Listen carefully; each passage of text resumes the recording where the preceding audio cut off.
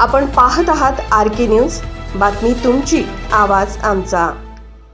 भारतीय बौद्ध महासभा केंद्रीय कार्यकारिणीच्या आदेशानुसार भारतामधील भारतीय बौद्ध महासभेच्या राज्य कार्यकारिणी, विभागीय कार्यकारिणी, जिल्हा कार्यकारिणी, तालुका कार्यकारिणी व सर्व शहर शाखा कार्यकारिणी या सर्वांनी भारतीय बौद्ध महासभेच्या केंद्रीय आदेशानुसार इलेक्ट्रॉनिक EVM मशीनच्या विरोधात विविध ठिकाणी निवेदने दिली आहेत।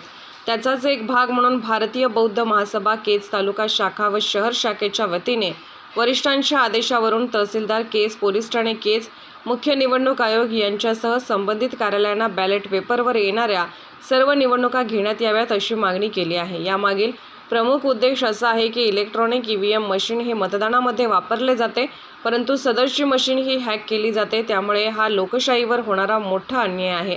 लोकशाहीच्या मार्गाने इलेक्ट्रॉनिक EVM मशीनच्या विरोधात संबंध राज्यभर नागरिक या यंत्रणावर नाराज आहेत। बाहेरील दुसऱ्या राज्यामध्ये बॅलेट पेपरवर मतदान घेण्यात येत आहे, त्याच धर्तीवर आपल्याही राज्यामध्ये व देशामध्ये बॅलेट पेपरवर येणाऱ्या सर्व निवडणुकांचे मतदान घेण्यात यावे अशी प्रमुख मागणी केली आहे।